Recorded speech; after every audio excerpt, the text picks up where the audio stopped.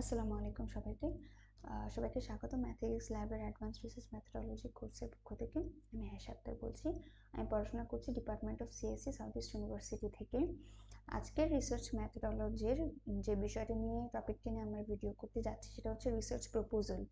How to write a research proposal. Research proposal হচ্ছে অনেক বেশি ইম্পর্ট্যান্ট এবং the most fundamental thing. Actually this is the primary thing to start a research, because when you don't have a research proposal ready, you can't make your supervisor or make anyone understand that why you're going to conduct a research. So basically research proposal টাই হচ্ছে একদম first step of conducting or even having the idea of doing research officially. So first let us know what is a research proposal. এখানে খুব details একটা research প্রপোজালের definition দেওয়া আছে formal ওয়েতে। So আসলে research প্রপোজালটা এক কথায় কি, please kindly read the whole thing. So আমি জাস্ট কথায় বলে দিচ্ছি যে আসলে রিসার্চ প্রপোজালটা কি। একটা রিসার্চ প্রপোজাল হচ্ছে একটা ফর্মাল ডকুমেন্ট যেটার মাধ্যমে যে আমি হচ্ছে আমার চিন্তা ভাবনাটাকে, আমি কি করতে চাচ্ছি, আমার চিন্তা ভাবনা যেটা, সেটার আউটকামটা কি, সেটার অবজেক্টিভটা কি, সেটার রেজাল্টটা কি, মোটামুটি একটা রাফ ধারণা দেওয়া। এবং আমি যে কাজটা করতে চাচ্ছি, জিনিসটার উপর আমি ডেটাটা কিভাবে কালেক্ট করতে চাচ্ছি, আমি কিভাবে শো করব কোনো কনফারেন্সে বা হচ্ছে কোনো ফর্মাল ওয়েতে, আমি আমার ডেটাটাকে কিভাবে অ্যানালাইজ করব, কিভাবে এই ডেটা থেকে আমি একটা স্ট্রাকচার্ড ওয়েতে একটা ফিক্সড টাইম লিমিটের মধ্যে রিসার্চটা কন্ডাক্ট করব, সেটাই হচ্ছে মূলত research proposal. Okay, so let's dive. What are the purposes of a research proposal?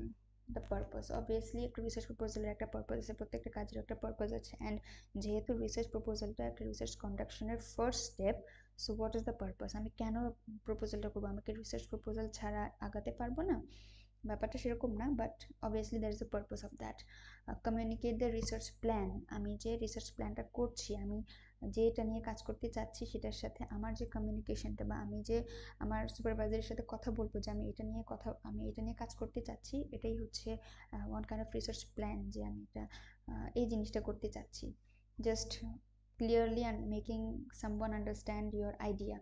Demonstrate feasibility, like আমি কতটুক ফিজিবল টাইমের মধ্যে আমি রিসার্চটা কন্ডাক্ট করতে পারবো, আমি কতটুকু কেপেবল, আমি কতটুকু মেন্টালি কেপেবল, আমি কতটুকু ফিজিক্যালি কেপেবল, আমি কতটুকু মানে অর্গানাইজড ওয়েতে বা টাইম পাংচুয়ালি আমি আমার রিসার্চটাকে আমি কন্ডাক্ট করতে পারবো, সেটা ফিজিবিলিটি শো করা। Gain approval of funding. Basically research proposal এখন মানে খুবই ইম্পর্টেন্ট এটা, যে একটা অ্যাপ্রুভাল পাওয়া অ্যান্ড ফান্ডিং পাওয়া।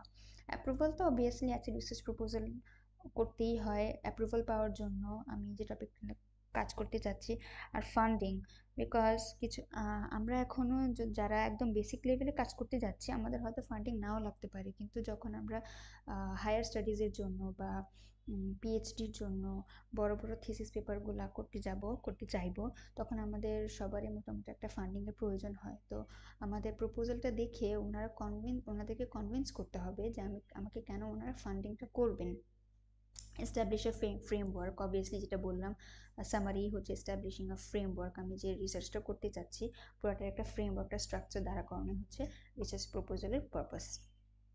ওকে, সো মেন পয়েন্টে আসে, ideal structure of research proposal. আসলে আইডিয়াল স্ট্রাকচার বলে রিসার্চে সেরকম কিছু নেই, এটা হচ্ছে ডিপেন্ড করে এভরি অদারের উপরে। স্টিল কিছু বেসিক জিনিস আছে যেগুলো জানা খুবই দরকার। সো এটা হচ্ছে মোটামুটি ধরনের একটা ideal structure for the research proposal. So first obviously title page থাকবে, একটা টাইটেল থাকবে। কি থাকবে টাইটেল পেজে?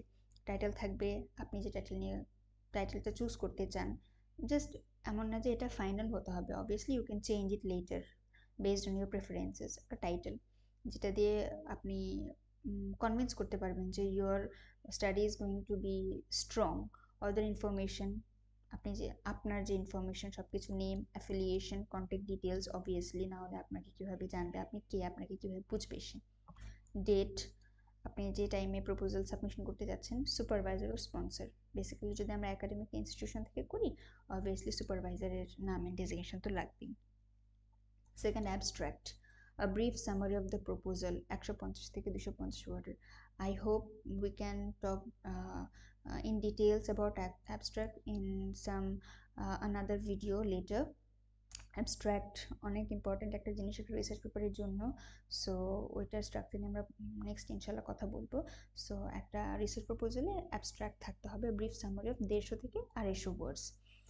এটার মধ্যে কি কি থাকবে? Research problems, objectives, methodology, potential significances. আর কি থাকবে? Should capture the essence of the proposal to engage the readers. Engaging is the most important. আপনার পেপারটার সাথে ওনাকে এঙ্গেজ করতে হবে, ওনার চিন্তা ভাবনাটাকে ওনাকে অ্যাট্রাক্ট করতে হবে যে আমার রিসার্চ প্রপোজালটা খুবই ভ্যালিড। নেক্সট থাকবে একটা ইন্ট্রোডাকশন পার্ট থাকবে। এখানে কি কি থাকবে? Background of your research, research problems, আপনি যেটা নিয়ে স্টাডি করতে চাচ্ছেন সেইটার হচ্ছে ইস্যুটা বা গ্যাপটা আপনাকে বলতে হবে।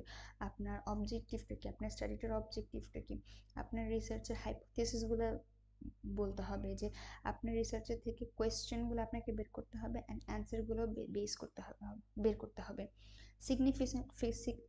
সিগনিফিকেন্স অফ ইউর স্টাডি, আপনার স্টাডিটা কেন ইম্পর্টেন্ট এবং কীভাবে কন্ট্রিবিউট করবে, অবজেক্টিভ অ্যান্ড কন্ট্রিবিউশন। সো এই জিনিসগুলো একটা ইন্ট্রোডাকশনে থাকবে। লিটারেচার রিভিউ, লিটারেচার রিভিউ নিয়ে আমরা একটা ডিটেলড ভিডিও করেছি, আপনারা কাইন্ডলি ওটা দেখবেন। লিটারেচার রিভিউয়ে থাকবে একটা পার্ট থাকবে যেখানে সামারিটা করা হবে। ওকে, নেক্সট হচ্ছে রিসার্চ মেথোডোলজি। আপনি যেই মেথডে আপনার রিসার্চটা কন্ডাক্ট করতে চান সেই মেথোডোলজিটাকে আপনাকে স্টেপ বাই স্টেপ অর্গানাইজলি দেখাতে হবে, আপনি কি মেথডে আপনার রিসার্চটা করতে চাচ্ছেন। এখানে কি কি থাকবে? রিসার্চের ডিজাইন থাকবে, স্যাম্পল থাকবে, ডাটা কালেকশন মেথডস থাকবে, ডাটা অ্যানালাইসিস থাকবে, এথিক্যাল কনসিডারেশনস থাকবে। এথিক্যাল কনসিডারেশন তো খুবই ইম্পর্টেন্ট ডাটা কালেকশন এবং রিসার্চ পেপারের ক্ষেত্রে। আপনি যদি আপনার কাছে আর কাউকে এখানে ইনক্লুড করেন বা একটা জেনারেল কমিউনিটিকে ইনক্লুড করেন তাহলে তাদের কনসেন্ট থাকা খুবই খুবই জরুরি। একটা টাইমলাইন থাকবে, আপনার রিসার্চ যে অ্যাক্টিভিটিটা করবেন সেটার জন্য গ্যান্ট চার্ট বা ডিটেল স্কেডিউল এটা আপনাকে বানাতে হবে, যে আপনি কোন কাজটা কিভাবে করতে চাচ্ছেন, কিভাবে করলে আপনার জন্য ভালো হয়, আপনার টাইম লিমিটেশনটা আপনাকে মেনশন করতে হবে। এক্সপেক্টেড রেজাল্টস, অবভিয়াসলি আপনি রিসার্চ প্রপোজালে আপনি 100% অ্যাকুরেট রেজাল্ট দিতে পারবেন না। সো এক্সপেক্টেড রেজাল্ট আপনি এখান থেকে কি কি আসলে আশা করছেন সেটা আপনাকে বের করতে হবে। লিমিটেশন, আপনার যে স্টাডিটা সেটার চ্যালেঞ্জগুলো আপনাকে বের করতে হবে, লিমিটেশনগুলো। আপনার যদি কোনো ফান্ডিং থাকে, বাজেট থাকে, যদি আপনাকে কেউ স্পন্সর করে থাকে তাহলে সেটার ডিটেলসটা আপনাকে দিতে হবে আপনার রিসার্চ প্রপোজালে। রেফারেন্স তো অবভিয়াসলি দিবেন আপনি, কারণ আপনি যেখান থেকে এত কিছু কালেক্ট করছেন সেগুলো আপনি কোত্থেকে কালেক্ট করছেন, আমরা সবাই কোনো না কোনো রেফারেন্স থেকে কালেক্ট করি। সো সেই রেফারেন্সের লিস্টটা দিবেন এবং রেফারেন্স কীভাবে লিখতে হয় সেটা নিয়েও একটা ভিডিও আছে, আপনারা দেখবেন সেটা, ইনশাল্লাহ বুঝে যাবেন।